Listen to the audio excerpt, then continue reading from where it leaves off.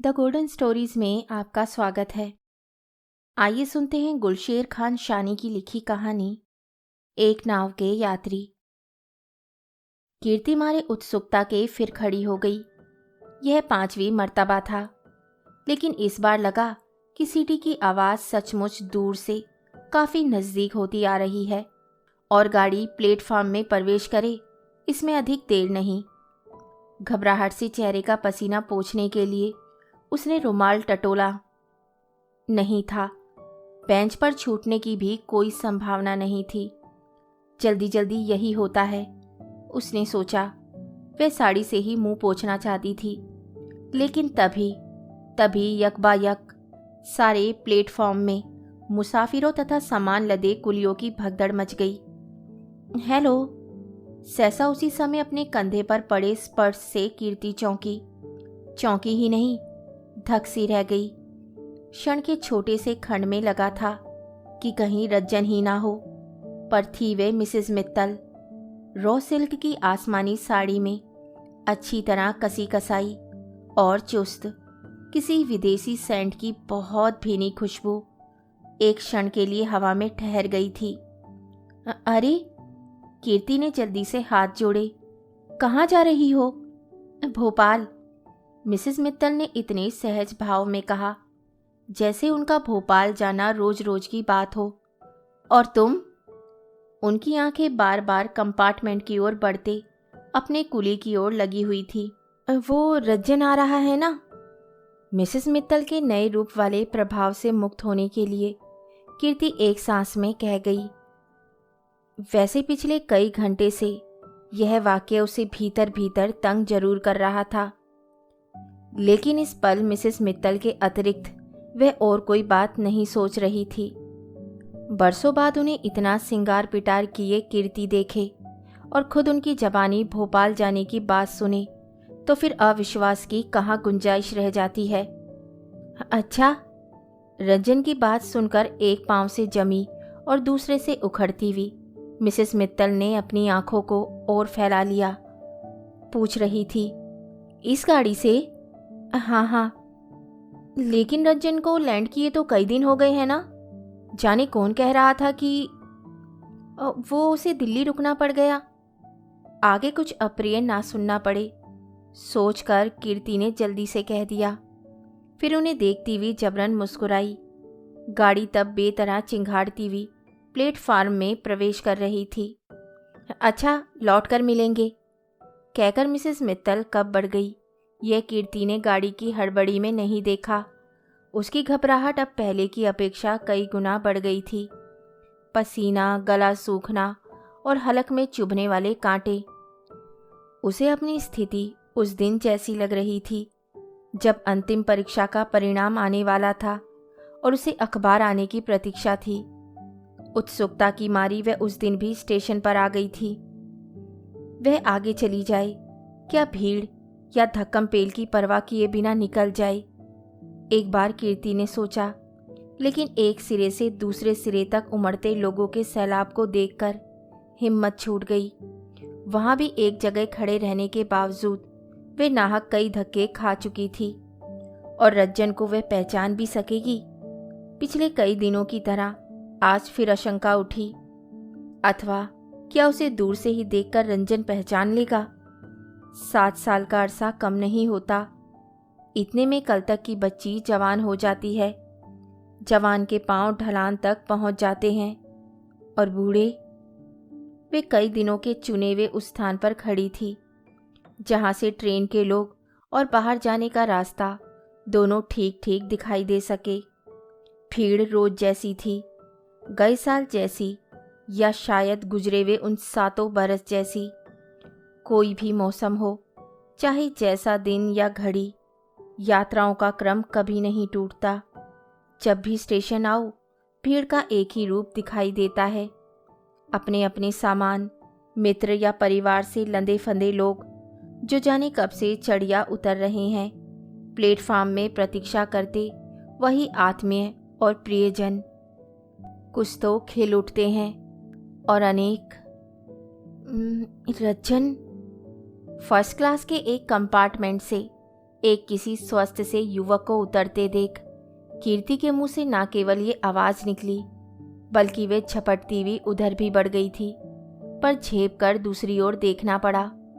और भला कुली के पीछे पीछे कौन जा रहा है? वे ग्रे कलर के सूट वाला, ठेले के पास खड़ी स्कर्ट वाली लड़की के पीछे वो और फिर हर गुजरने वाले के चेहरे को जल्दी जल्दी झांकती आंखों से पकड़ने की कोशिश और पीछा। क्या आज फिर अकेले लौटना होगा? अंत में गेट के पास खड़े आखिरी समूह को देखते हुए कीर्ति ने सोचा। फिर पापा की उन्हीं आंखों का सामना जिनसे कीर्ति को दहशत होती है। फिर माँ का वही बिसुरना जिसे सुनकर उसकी आंखें गीली होती हैं। फिर वही तनाव। क्यों? थोड़ी देर बाद जब गाड़ी रेंगने लगी तो बावजूद भीड़ भाड़ के जाने कैसे मिसेस मित्तल ने उसे देख लिया था। खिड़की के बाहर सिर निकालकर वह हाथ के इशारे से पूछ रही थी, क्यों? अर्थात रज्जन नहीं आया? कीर्ति कई पल निरुत्तर सी खड़ी मिसेस मित्तल को देखती रही। फिर जब कुछ नहीं सूझा तो हिलते सैकड़ों रुमालों के बीच एक हाथ अपना भी उठाकर वे यूं हिलाने लगी जैसे मित्तल को ही स्टेशन छोड़ने आई हो। Good luck. और कीर्ति ही नहीं, पिछले कई दिनों से सारा घर इसी तनाव में लटका हुआ जी रहा है। 13 दिन पहले मंगलवार को रज्जन ने बंबई में लैंड किया था और उस दिन यहाँ घर की बेचैनी सीमा पर पहुँच चुकी थी। बेटी, कितने बजे हैं? पापा ने उस दिन कीर्ति के कमरे में तीसरी बार आकर पूछा था। 4 पापा। बस 9 घंटे और हैं, पापा ने अपनी ज्योतिहीन आंखों से एक और ताकते हुए कहा था। 6 बजे रज्जन का जहाज किनारे आ लगेगा। तो कौन तुमसे वे तुरंत आ मिलेगा? यही बात जब आधे घंटे के बाद और 7वीं बार दोहराई तो माँ एकाएक झल्ला पड़ी थी, क्योंकि पापा की बेचैनी उनसे देखी नहीं जा रही थी। अपने नगर से 700 मील दूर रज्जन बंबई में उतर रहा था। चाहने पर भी उसके लिए इस भौगोलिक दूरी को लांघकर फौरन आ मिलना संभव नहीं था। लेकिन घर में ऐसी व्याकुलता समाई हुई थी मानो 6 बजे की ट्रेन से वे सीधे यहीं पहुंच रहा हो। यो रोज सुबह सबसे पहले पापा ही उठते थे, लेकिन उस दिन उन्होंने अपने साथ साथ सभी को जल्दी जगा दिया था। पहले माँ, कीर्ति, फिर शोभा, और यहाँ तक कि छड़ी टेकते टेकते जाकर आउट हाउस में रहने वाले श्यामलाल को भी उन्होंने सोने नहीं दिया था। आज रज्जन पहुंच रहा है, इस वाक्य से वे दिन शुरू हुआ था और सारा दिन घिसे हुए रिकॉर्ड की तरह से छूटने के बाद पति पत्नी के बीच रज्जन की पुरानी यादें दोहराई गई थी। उसकी कुछ आदतें, विशेषताओं और गुणों आदि के चर्चे हुए थे और रात कीर्ति को बड़ी देर तक पापा के जागने की आहट मिलती रही थी।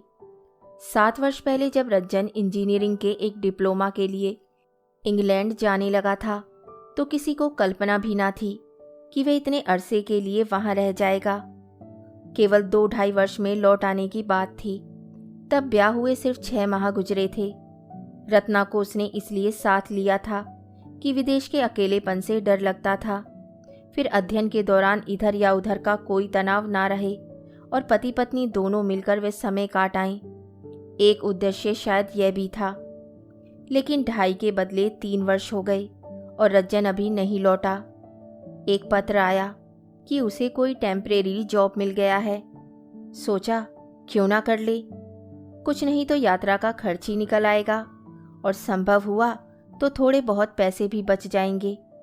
फिर ये सूचना आई कि रत्ना को भी यहाँ रेडियो में नौकरी मिल गई है और दोनों मिलकर काफ़ी कमा लेते हैं। रज्जन के शुरू के पत्रों से अवश्य लगता था कि उसे कहीं ना कहीं वापस लौटने की उत्सुकता है, पर बाद में वह इस टर्म में सोचने लगा था कि भारत में अगर वैसी अच्छी नौकरी ना मिली तो। और इस बीच कई बड़ी बड़ी अप्रत्याशित घटनाएं हो गई थी। शोभा के बाद वाला भाई जाता रहा था। कीर्ति से बड़ी बहन नलिनी ब्याह कर बनारस चली गई थी, पापा सरकारी नौकरी से रिटायर होकर घर बैठ गए थे और इनमें सबसे बड़ा हादसा यह हुआ था कि पापा की आंखें अकस्मात जाती रहीं। मुझसे बड़ा अभागा और कौन होगा।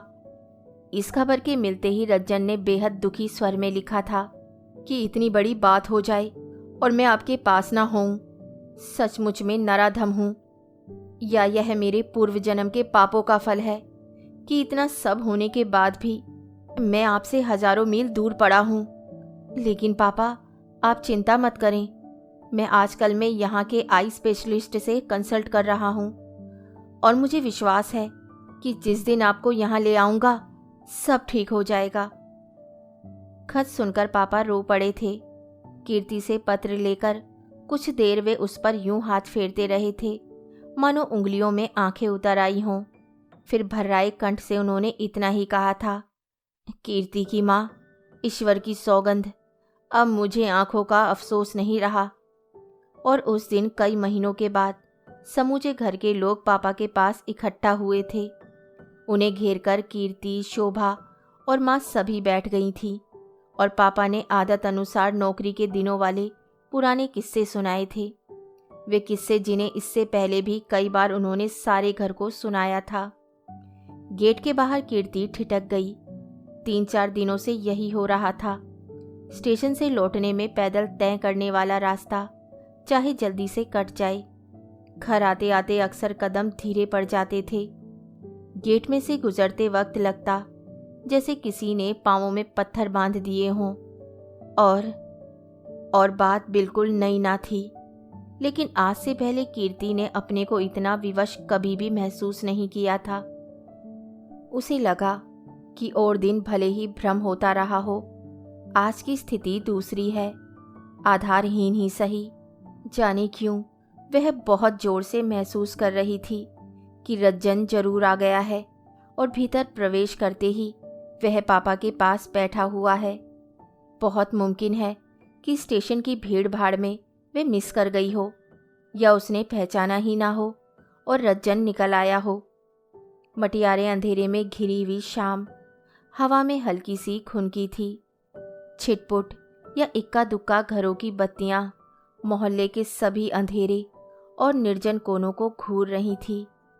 ऐसे में बेहद मध्यम रोशनी में डूबा हुआ अपना मकान एक क्षण के लिए कीर्ति को ही भूतहा और रहस्यमय सा लगा। यह सारे घर में अंधेरा क्यों कर रखा है? वह मन ही मन झल्लाई। इतने दिनों बाद रज्जन आई और फिर भी उजाला न हो तो और कब होगा? और आज श्यामलाल बेवक्त कैसे? वह चौंकी। साइकिल लेकर दूसरे गेट से जल्दी जल्दी वह कहाँ निकल गया? कीर्ति का जी अचानक जोर जोर से धड़कने लगा। लंबे लंबे डग से धड़धड़ाती हुई वह अहाते का भीतर वाला मैदान, छोटा बगीचा और दालान पार करती हुई भीतर चली गई। पर कहीं कोई ना था, ना कोई होल्डास सूटकेस और ना किसी की विदेशी शिल्पों वाली अटैची। वही रोज का मध्यम रोशनी वाला बड़ा मकान, जिसमें 3-4 लोग ऐसे खो जाते थे पता ही नहीं लगता था। कीर्ति, लंबा और संकरा गलियारा पार करके वे दूसरे छोर वाले कमरे की ओर जाना चाहती थी कि चौंक गई। अंधेरे गलियारे में माँ प्रेत की तरह खड़ी थी। कौन? उसी समय पापा के कमरे से अधीर सी आवाज आई। क्या कीर्ति आ गई? कीर्ति? हाँ, कीर्ति आ गई। 2 क्षणों की चुप्पी के बाद भी माँ ने घसीटते हुए शब्दों में जवाब दिया। इसी बीच केवल एक बार उन्होंने कीर्ति की ओर देखा था, फिर हट गई।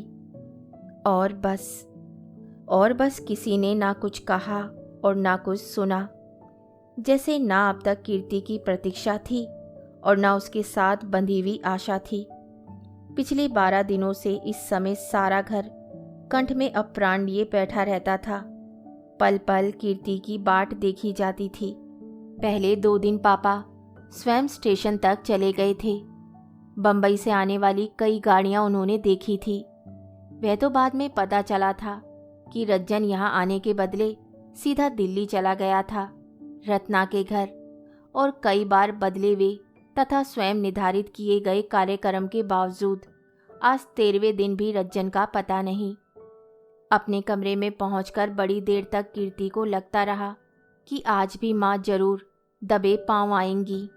शायद और दिनों की तरह पापा के कान बचाकर धीरे से कहे, कीर्ति कीर्ति जा, रज्जन को एक तार करा। इसने तो खेल बना रखा है। अरे अगर यहाँ ना आना था तो ना आता, लिख लिख कर सबको परेशान करने की क्या जरूरत थी। पिछले 2 तार ऐसे ही हुए थे और गर दिन जो ट्रंक लगाया जा रहा था उसके पीछे भी यही था। पर सचमुच माँ नहीं आई। खाने की सूचना लेकर भी शोभा पहुंची थी। आज मिसेस मित्तल मिल गई थी। खाने की मेज पर भी जब वही तनाव गिद्ध के डैनों की तरह मंडराता रहा तो कीर्ति ने केवल बात करने के लिए साप्रयास बात शुरू की। कहाँ? स्टेशन पर। अच्छा, वे भोपाल जा रही थी, कहकर कीर्ति ने तत्काल माँ की ओर देखा। उसका अनुमान ठीक था। मिसेस मित्तल के साथ भोपाल का नाम सुनते ही वे बेतरह चौंकी। मुंह की तरफ बढ़ता उनका हाथ सहसा रुक गया, जैसे किसी अचरज भरी घटना की खबर दी गई हो। साश्चर्य पूछा, किसने कहा? वे खुद कह रही थी। विश्वास करने के प्रयास में माँ कीर्ति को घूरती रही। एक क्षण के लिए उनकी आंखों में अजीब सा भाव तैर गया। जाने वे छोटी सी खुशी का था या अचानक लगे हल्के से धक्के का। कीर्ति से आंखें हटाकर ठिठका हुआ झूठा हाथ लिए 2-1 पल वे एक अंधेरे कोने को घूरती रही। फिर यही होता है का भाव लिए चुपचाप खाने लगी। जिसने मिसेस मित्तल का दृढ़ स्वरूप देखा हो उसके लिए ये सचमुच विश्वास करना कठिन है कि आखिर वह उसी बिंदु पर आ गई जिसका बरसों से वे अकेले दम पर विरोध करती रहीं। यों पड़ोस जैसी पड़ोसी मिसेस मित्तल नहीं थी। एक तो घर उनका दूर था और दूसरे स्वभाव से रूखी और घमंडी लगती थी। शायद इसलिए आने के बाद भी काफी अरसे तक सभी से अपरिचय बना रहा। लेकिन जब कीर्ति से परिचय हुआ तो सारी दूरी तो जाती रही, वह रहस्य भी नहीं रह गया जो उनके बारे में पहले दिन से मोहल्ले में ही नहीं सारे नगर में बना हुआ था। विवाहिता और पराई शहर की होते हुए भी उन्होंने इस नई जगह में आकर नौकरी कर ली थी। यहाँ उनका ना कोई रिश्तेदार था ना कोई परिचित। बहुत सीधे सीधे ढंग से एक कमरा लेकर वे अकेली रहती थी। अकेली ही नहीं, अलग अलग और सभी से कटी हुई। शायद इसीलिए लोगों में कानाफूसियां थी कि क्या कोई भी जवान औरत किसी नए शहर में अकेली जान रह सकती है। मिसेस मित्तल अगर सच में विवाहिता या सुहागन है तो कभी उनका पति उनके पास क्यों नहीं आता, अथवा पिछले 3 वर्षों में एक बार भी वे अपने पति के पास भोपाल क्यों नहीं गई। मेरी समझ में नहीं आता कि लोगों को दूसरों की जिंदगी में इतनी दिलचस्पी क्यों होनी चाहिए। कीर्ति से पहली या दूसरी भेंट पर ही अत्यंत दुखी होकर मिसेस मित्तल ने कहा था, क्या मैं हर किसी से यह बताती फिरूं कि मैं ब्याहता या सुहागन हूं, कि पति पत्नी में कितना प्यार था।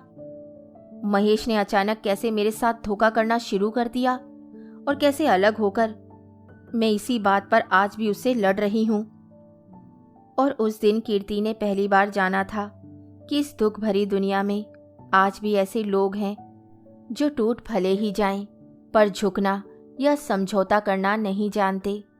अगर प्रेम विवाह के 1-2 साल बाद ही कोई महेश किसी रूप जाल में उलझकर नए अफेयर में फंस जाए तो मिसेस मित्तल जैसी कोई भी स्वाभिमानी औरत क्या कर सकती है।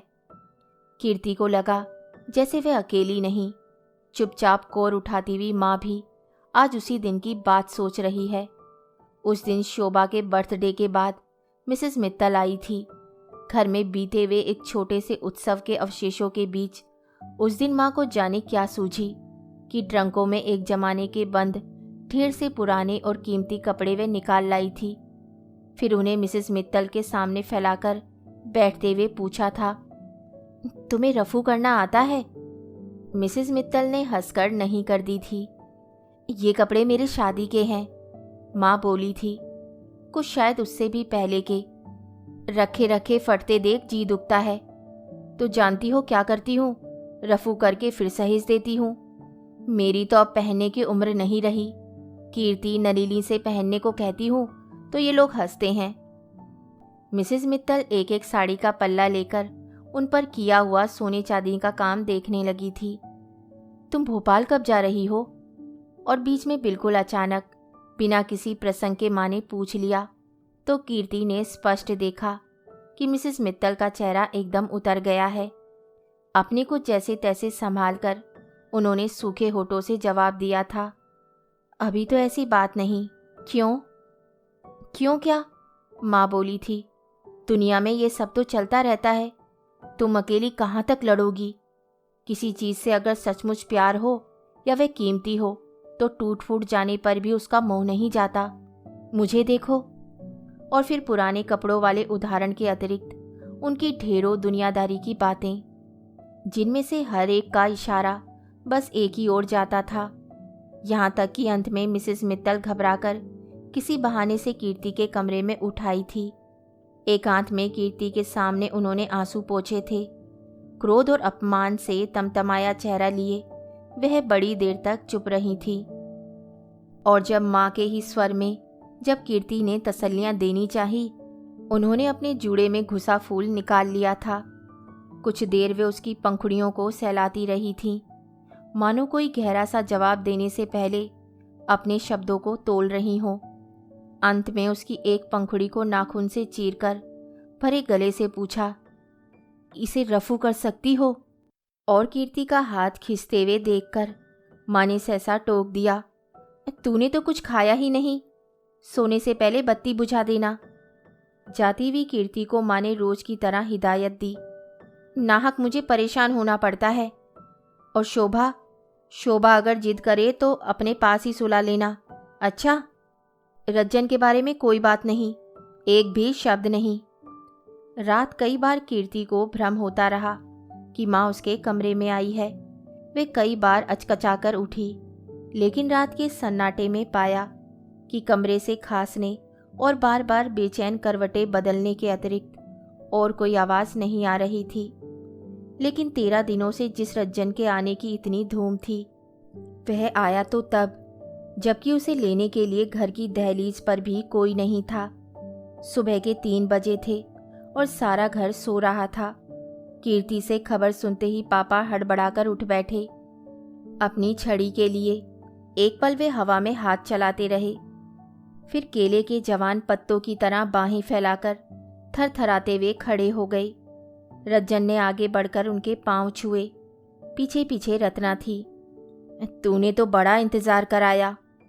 अपने चरण छुए जाने के बीच माँ कहना चाहती थी, यहाँ तो कई दिनों से यह हाल है, पर कहाँ नहीं गया। तभी वहाँ शोभा आ गई और बरसों बाद हम उम्र भाई बहनों के मिलने का शोर सारे घर में गूंजता हुआ पास पड़ोस तक जा पहुँचा। अरे शोभा, तू इतनी बड़ी हो गई। और क्या, उतनी ही बनी रहेगी, माँ बोली।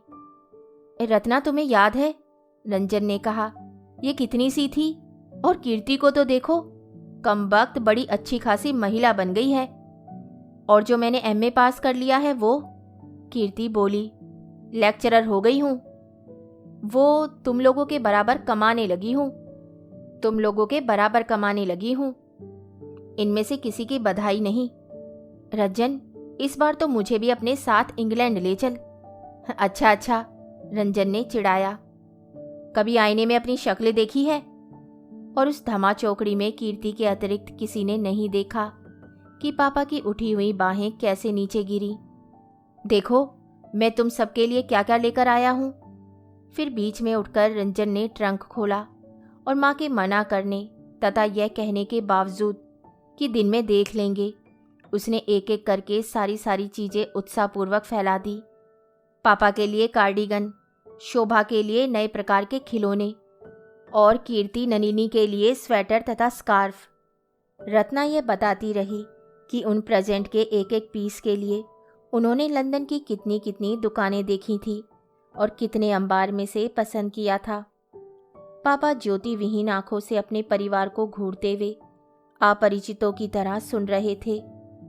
अगला दिन कीर्ति के घर ऐसे आया जैसे बरसों कभी आया करता था। सुबह से मिलने बैठने वालों का तांता लग गया। उनमें पापा के मित्र थे, माँ की परिचित महिलाएं थीं, कीर्ति शोभा की सहेलियां थीं और सबसे अधिक संख्या थी रज्जन के दोस्तों की, जिनके साथ उसने बचपन और स्कूल के दिन गुजारे थे। अब तो तुम्हारा साथ ही फिजूल है, दोपहर को दिन रात के संग बैठने वाले शर्मा जी ने कहा तो पापा एकदम चौंके। क्यों भाई? अरे भाई, अब तुम यहाँ हो ही कितने दिन? दूसरे दिन सक्सेना ने कहा। चंद दिन ही तो है ना, रज्जन आ गया है, तुम्हें अपने साथ ले जाए बगैर थोड़े ही मानेगा। अच्छा वो? पापा सांस छोड़कर धीरे से राहत भरी हंसी हंसने लगे। देखो क्या होता है, पीछे तो वह बहुत दिनों से पड़ा है, मैं ही अब तक चुप बैठा रहा। कभी सोचता हूँ कि रज्जन की बात मान लूँ, कभी हिम्मत नहीं होती। इसी चक्कर में मैंने यहाँ किसी डॉक्टर को भी नहीं दिखाया। सच पूछिए तो शर्मा जी, अपना देश छोड़ने के नाम पर ही जी कचोटता है। तो कौन आपको हमेशा के लिए जाना है? शर्मा जी बोले। आंखें वापस मिल जाए चले आना। पापा कुछ सोचने लगे, मानो उसी समय निर्णय कर रहे हों कि उन्हें रंजन के साथ जाना है अथवा नहीं। निश्चय ही शर्मा जी, सक्सेना या सभी लोगों को यह लग रहा था कि रंजन के आने का अर्थ ही उनका जाना है। पत्नी बच्चे ही नहीं, स्वयं उन्होंने ये बात कई लोगों से कह रखी थी। लेकिन आज जिस वास्तविकता का पता शर्मा जी, सक्सेना या बाहर वालों में से किसी को नहीं पता था, उसे याद कर उन्हें अजीब सी व्याकुलता हो रही थी। मन की चिकनी और बेहद बिछलन भरी दीवार पर जो सांप की तरह चढ़ और गिर रहा था, वह यह भय था कि रंजन कहीं अपनी पत्र की बात भूल तो नहीं गया। आने के बाद से आंखों के बारे में औपचारिक सी पूछताछ के अलावा और कोई बात नहीं हुई थी। होगी, लड़का है, बरसों बाद आया है, पहले उसे दम मारने की फुर्सत तो मिले। रात को जब माँ ने उनसे खाने के लिए कहा, सैर सपाटे को गए हैं, जाने कब तक आते हैं। आखिर आएंगे तो? पापा बोले, कीर्ति शोभा को भूख लगी हो तो खिला दो। पर जाने क्यों भूख किसी को नहीं थी। पिछली रात की तरह सभी उस रात भी 11 बजे तक रज्जन रत्ना की प्रतीक्षा करते रहे। इस कोशिश में शोभा भूखी ही सो गई और तब भी उठाए नहीं उठी जबकि वे लौट आए। पार्टियां और पिक्चरें, पहली दोपहर को छोड़कर 3 दिनों में ना कोई रात खाली गई और ना कोई दिन। पार्टियों और पिक्चरों का सिलसिला मुतवातिर चला और रज्जन को लगता रहा कि कुछ देर से घर आकर उसने सचमुच गलती की है। नगर में दोस्त या मिलने जुलने वाले क्या एक दो थे कि उन्हें आसानी से निपटा दिया जाता। यहाँ तो जिसके साथ कोताही करो उसे ही शिकायत हो रही थी। रज्जन जाने की कह रहा था। उस रात कीर्ति ने पापा के कमरे में माँ को कहते हुए सुना। किसके जाने की? पापा ने चौंक कर पूछा। मेरे? नहीं। दूसरी ओर देखकर माँ धीरे से बोली, उसने अपने ही जाने की बात कही थी। कह रहा था उसे जल्दी लौटना है और दिल्ली में भी 1-2 दिन का काम है। बड़ी देर तक पापा ने कुछ नहीं कहा। ये लोग ननिनी के पास बनारस जा रहे थे ना? अब नहीं जा रहे। क्यों? वक्त नहीं है, माँ बोली। मामा के पास जयपुर जाने वाला प्रोग्राम भी सुना है रद्द कर दिया है। रत्ना कह रही थी कि उनके प्रेजेंट भिजवा दें। देखते हो, इतने बरसों बाद आया है और बहन से मिले बिना चला जाना चाहता है। सोचो तो नलिनी क्या कहेगी। कुछ देर पापा चुप रहे। रज्जन और कुछ कह रहा था। कब? कहकर माँ ने पापा की ओर देखा तो, लेकिन दूसरे ही क्षण संभल भी गई। अपने ही प्रश्न को समेटती हुई बोली, अरे उसे मेरे पास बैठने या बात करने की फुर्सत कहाँ है। कल यह जरूर पूछ रहा था कि पापा को कोट पसंद आया। और तब चारपाई बजने की आवाज़ से कीर्ति ने अनुमान लगाया कि पापा ने फिर वही बेचैन करवट बदली है। स्टेशन से बाहर आकर कीर्ति ने मुक्तदी की सांस ली। उसे लग रहा था जैसे एक लंबे समय के बाद किसी भयंकर तनाव से छुटकारा मिला हो। अजीब बात है यह कि रज्जन और रत्ना को गाड़ी में बैठता देख उसे जरा भी कचोट महसूस नहीं हुई थी। उसे कुछ वैसे हल्केपन का एहसास हो रहा था जैसे किसी छोटी हैसियत के आदमी को बड़े मेहमानों के विदा करने पर होता है। चलने से पहले रज्जन और रत्ना दोनों ने अलगाव और बिछो के औपचारिक शब्द कहे थे, लेकिन कीर्ति से कुछ भी कहते नहीं बना था। उसने लाख चाहा कि रज्जन की बात रख ले। कई बार रत्ना के सामने उसने भूमिका भी बांधी थी, लेकिन लगा था जैसे भीतर कहीं से विद्रोह हो रहा है और वह उसके सामने घुटने टेक कर विवश हो गई है। कीर्ति, तू मेरी एक बात मानेगी? प्लेटफॉर्म पर रज्जन ने किसी के बहाने उसे रत्ना से अलग ले जाकर कहा था। क्या? सच तो यह है कि यह मैं तुझी से कह सकता हूँ, इसलिए कि तू बहन भी है और समझदार भी। ये मदर फादर को क्या हो गया? हम लोग इतने इतने बरसों बाद आए, लेकिन लगा जैसे किसी को खुशी ही नहीं हुई। सारा वक्त पापा उखड़ी उखड़ी बातें करते रहे और माँ का मुंह सूजा रहा। मैं तो खैर घर का हूँ, शिकायत करके भी कहाँ जाऊँगा। रत्ना के दिल को इससे बड़ा धक्का लगा है। वे कह रही थी कि इतनी भावना से लाए हुए प्रेजेंट किसी ने एप्रिशिएट तक नहीं किए। पापा ने तो कोर्ट को छूकर भी नहीं देखा। तू अगर उसे बातों ही बातों में ये विश्वास दिला दे कि उन प्रेजेंट से घर भर के लोगों को कितनी खुशी हुई है तो।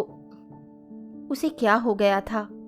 कीर्ति ने सोचा, रज्जन का इतना सा आग्रह रखते उससे क्यों नहीं बना? झूठी सही, क्या वे रत्ना से नहीं कह सकती थी कि? और भला क्या तुमसे कह गई थी? अचानक उसके कंधे पर हाथ रखकर रमा सेन पूछ रही थी। कीर्ति सहम गई। उसे खीज सी हुई कि जो रमा सेन स्टेशन पर से उसके साथ साथ टैक्सी में चली आ रही थी, उनकी उपस्थिति इतनी देर से वे कैसे भुला बैठी और क्या क्या कह गई थी। कौन? हाँ, मिसेस मित्तल। स्टेशन पर मिलने के बाद से वे लोग उन्हीं के बारे में बातें करती आ रही थी। चाहे अनचाहे, जगह बेजगह मिसेस मित्तल का ही प्रसंग। मुझसे तो कहा था कि 2-4 रोज में आ जाएंगी। अरे उन्होंने सभी से यही कहा था, रमा सेन बोली। मुझसे भी, लेकिन मैं तब भी जानती थी कि वे लौटकर नहीं आएंगी और इसी तरह एक दिन उनका इस्तीफा आ जाएगा। असल में कीर्ति, जहाँ तक मैं जानती हूँ, अपने किसी प्रियजन से प्रेम करना जितना आसान है, चोट लगने के बाद भी उसे घृणा करके रह सकना उतना ही मुश्किल। जिस दिन मैंने मिसेस मित्तल जैसी पढ़ी लिखी महिला को चूड़ियों वाले एक छोटे से अपशकुन से घबराते देखा, उसी दिन मैं समझ गई थी कि उनके सारे बंध टूट गए हैं। घर के लिए और कितना रास्ता बाकी है? उबी हुई कीर्ति ने खिड़की के बाहर सिर निकालकर देखा। उसे कम से कम उस समय मिसेस मित्तल वाली चर्चा में जरा भी रुचि नहीं रह गई थी और रमा सेन की बातें बेतना थका रही थी। फिर वही अपने ही घर में प्रवेश करने का भय। गेट में से गुजरते हुए आज कीर्ति के पांव ठिठके नहीं, लेकिन कहीं अचेतन मन में बैठे हुए भय ने अपना सिर उठा लिया था। वही मटियाले अंधेरे से घिरी हुई शाम, छिटपुट या इक्का दुक्का घरों की बत्तियां, मोहल्ले के सूने तथा निर्जन कोने और बेहद मध्यम रोशनी में डूबा हुआ मकान। बरामदे में चोरों की तरह प्रवेश करते हुए कीर्ति को याद आया कि आज घर में शोभा भी नहीं है। रज्जन रत्ना से मिलने आई मासी के साथ ही वे चली गई थी। घर और उजाड़ हो गया।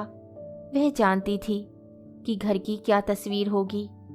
जो पापा रज्जन को छोड़ने के लिए दहलीज तक भी नहीं आए थे, उनसे चारपाई छोड़ उठने की उम्मीद करना फिजूल की बात थी। और माँ किसी अंधेरे कोने में चटाई डाले पड़ी होंगी। कीर्ति थक गई थी। अच्छा हुआ कि आज शोभा भी नहीं थी। वह चाहती थी कि माँ या पापा किसी का भी सामना किए बगैर सीधे अपने कमरे में भागे और बिस्तर पर टूट पड़े। उसने अंधेरा गलियारा भी पार कर लिया था, लेकिन पापा के कमरे से फूटने वाली रोशनी ने उसे सहसा चौंका दिया। गुजरते गुजरते भी वे पापा के कमरे के पास ठहर गई। कौन?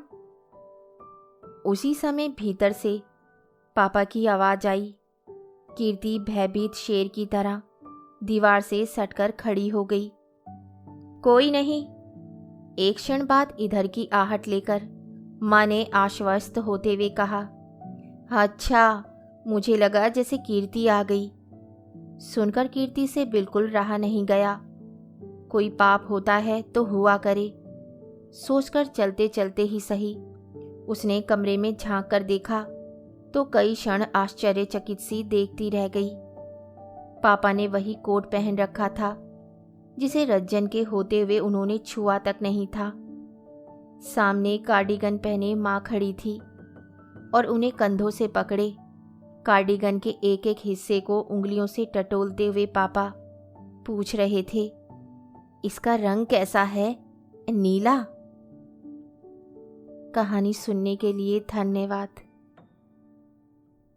तो इसी के साथ मैं आपसे विदा लेती हूँ और कल फिर मिलती हूँ एक नई कहानी के साथ।